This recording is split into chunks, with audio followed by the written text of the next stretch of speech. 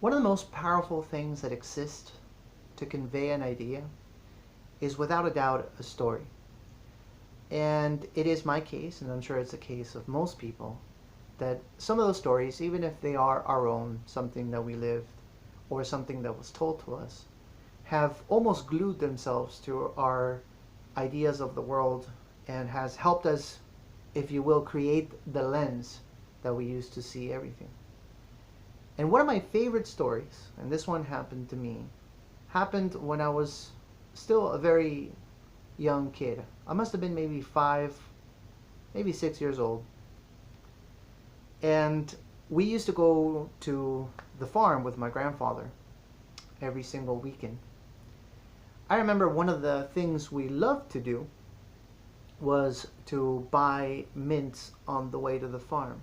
It's something so trivial, kind of silly really, but it was one of the highlights of the day to wake up really early to go to the farm. And of course, that was a gigantic playground for us. But to get to the toll and find one of the kids that used to work at the toll, and I'm sure they're still there. This is in South America, by the way. And buy some mints off of them before we went to the farm, so we had like a stash of mints that could last us through the day. It was one of my favorite things to do. And of course, my grandpa would buy the mints, give some to my brother, give some to me. But because we're children, and he was a responsible adult, he was a good, a good father, a good grandfather. He wouldn't buy us a crazy amount. He would give us a couple packages and be like, "Here you go. Here's your candy for the day." But this particular time, he bought hundreds of packages, and I remember sitting in the car with Grandpa, and he specifically called out a boy that was selling mints, and it wasn't even the mints that we liked the most, if I'm not mistaken. They were kind of like halls. They were more like for breath, not so much, just candy. And he asked him for the price for the whole box. Now, if you can imagine, these kids carry around like what wouldn't be like a retail box, but like more like a, uh, the one that the distribution center would sell to the store, so the store could sell individual packages. The kid was kind of surprised and gave him the price. I don't remember what it was, but I would assume that that made his day. And Grandpa bought all the mints.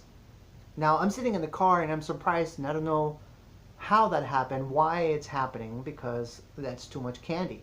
And I knew that my mom would be upset that Grandpa gave us so much candy.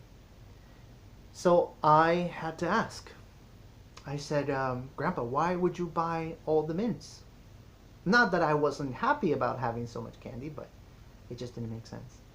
So Grandpa allows me to stand up in the car and says, "Look, come look," and points to the kid. And you see his hands. And that's when I noticed. The kid that sold the mints to Grandpa only had 2 fingers. He had um, the what would be the pinky and the thumb, and the rest of the fingers on both hands were missing. This is to no fault of his own. This is a genetic malformation that happens. It's not common, but it happens. And I was really surprised. I'm a child, and kids don't really know how to filter. They just say what they feel. They just, they like, there's even a show about that. So I said, "What is that? Like, why does he have like crab hands?" Because I didn't understand. And Grandpa looked at me and said, "Well, I bought the mints because I want that child to understand that he has the power to do things in life. Instead of feeling sorry for himself and begging for money like so many people do, he's here, he's working, and he's trying to make a living." And I wanted him uh, to get that lesson. Uh, I get emotional about the story because it still resonates with me. Grandpa's no longer in my life; he's gone. But it's one of those things that about him that stays alive inside of me. And Why that story is so powerful is because I believe that in many ways, a lot of us are born with an equivalent, obviously not the same, of a challenge that is just as difficult as maybe having two fingers in your hand. It could be physical, which is the obvious one, the one that you can just see. It can be emotional, psychological. But all of us are trying to find a way that we can be useful, that we can go out there and do something for ourselves and for those that we love. And we are presented with a choice.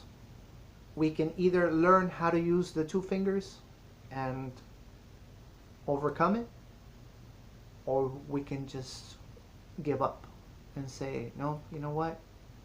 I was dealt a bad hand and I'm not going to do anything. So that's the end of that story. I hope that you liked it. It's like I said, it's one of those that I keep on reminding myself every time I feel a little down, like I'm not able to do something. I remember, yes, there might be something that is too difficult for me, or more difficult for me to do, but I have a choice. I can try to figure it out.